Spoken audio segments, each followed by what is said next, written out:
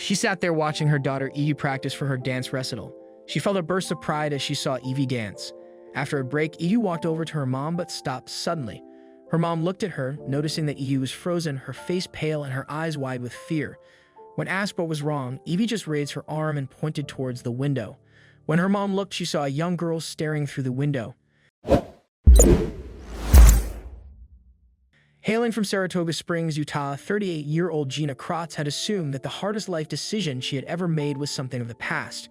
She was married to a wonderful man named Brandon, and together they had 2 sons and a daughter. However, despite the fact that she had married the love of her life and absolutely adored her children, Gina knew that she was incomplete. An important part of her and her past was missing. Now suddenly, it stood before her in the form of Kaylin. For 18 years, Gina had been reassuring herself that the choice she made was the right one and that she had to accept things as they were. However, regret and guilt are powerful emotions that frequently push their way to the surface. She always pushed down these emotions, but she always knew that they would resurface eventually. These emotions were too powerful to silence forever. However, she was afraid of her own family's reaction if she told them the truth. Gina could never forget the moment that both shaped her life and shattered her world forever. She had been showing some symptoms, so she went to a drugstore and picked up a few tests before going home to take them. The double red lines on her pregnancy test kept presenting themselves in her mind like flashing neon lights.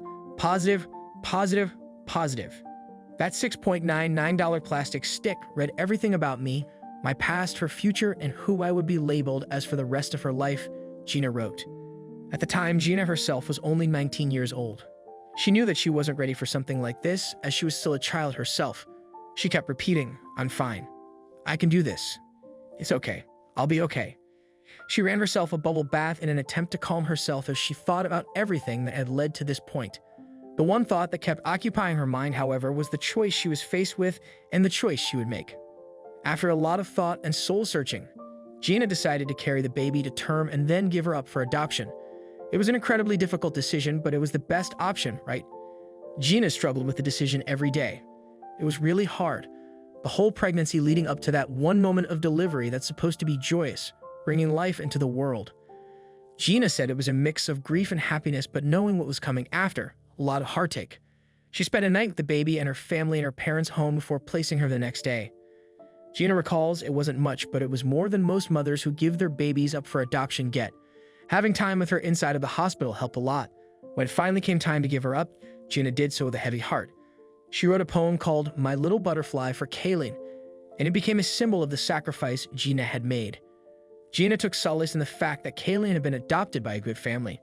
They were very loving and would give Kaylin everything she deserved, everything that Gina couldn't at that time. It still didn't make it better.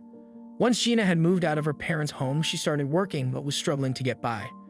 However, Gina would never forget about Kaylin. She moved on, working hard, trying to keep her mind on other things, but she had no idea what lay ahead. In time, she met a man named Brandon. After a whirlwind romance, the two were soon married. In time, they had 3 children of their own, 2 sons and a daughter. When she had her daughter Evie, Gina hoped things would change. However, despite what Gina hoped, having a daughter did not put her mind to rest about what had happened all those years ago. Instead, Evie simply acted as a reminder of that painful choice. It was Evie who recognized the girl outside while Gina was watching her, now 13 years old, practice her rehearsal at her dance class. Someone was watching from the window behind her. Evie finished and rushed to her doting mother, but stopped abruptly when she saw the girl staring at her through the window. Gina turned around and couldn't believe her eyes. In disbelief, Gina locked eyes with the daughter she had last seen 17 years ago. Kaylin recognized her mother immediately. Surely fate had brought them together again. Gina wrote, I was sitting with my back to the window. I turned back, and that single wall and 6 feet were all that were between us. But would Kaylin want to see her? I was shocked at first, then a second later full of sheer excitement, then hesitation in case she didn't want to see me. Gina wrote, I stopped at the door. I didn't want to walk out and see her walking away because she wasn't ready. Her adoptive dad gave her a choice. I didn't want to confuse her and needed to be sure it was what she wanted. While my heart was beating a mile a minute, Gina waited. Even though the wind was killing her, she had to know. She took a deep breath and stepped outside. Would Kaylin still be there? I could have run out there in a heartbeat, but I was cautious for her feelings, she explained. When I opened the door, she was standing in front of me. The first thing I asked her was, Are you happy? She said yes, and we hugged. I had to pull away because I wanted to look at her, Gina continued. We couldn't help but stare at each other as we talked. For longer, we would just look at each other and laugh. It really is wild to think about the odds, and it was such a great moment for me. I feel very fortunate. But how had Evie recognized her half-sister if she had never met her?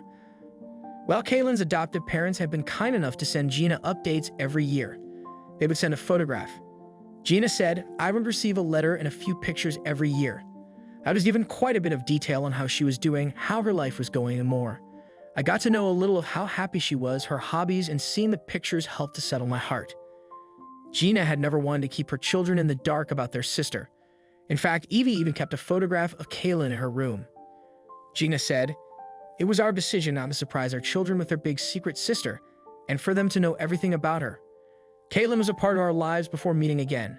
She wasn't there, but it always felt like she was with us."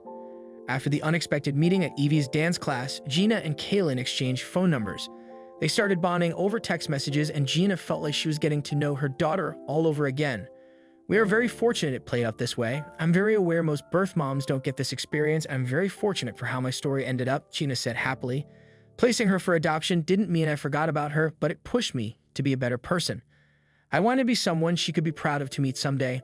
I'm pretty overwhelmed, but just excited to see where the relationship goes from here," Gina added. But what does her daughter Kaylin think? Kaylin, a senior in high school, said, "When I first met everyone walking into the door, I felt wrapped in so much love. Here were all those people who had been loving me for 18 years, and I was just meeting them." Kaylin had grown up knowing about Angel Gina. She kept a binder filled with letters from Gina and her family, and even had a framed picture of her biological mom. She had always longed to meet her, but she never imagined that it would happen like this.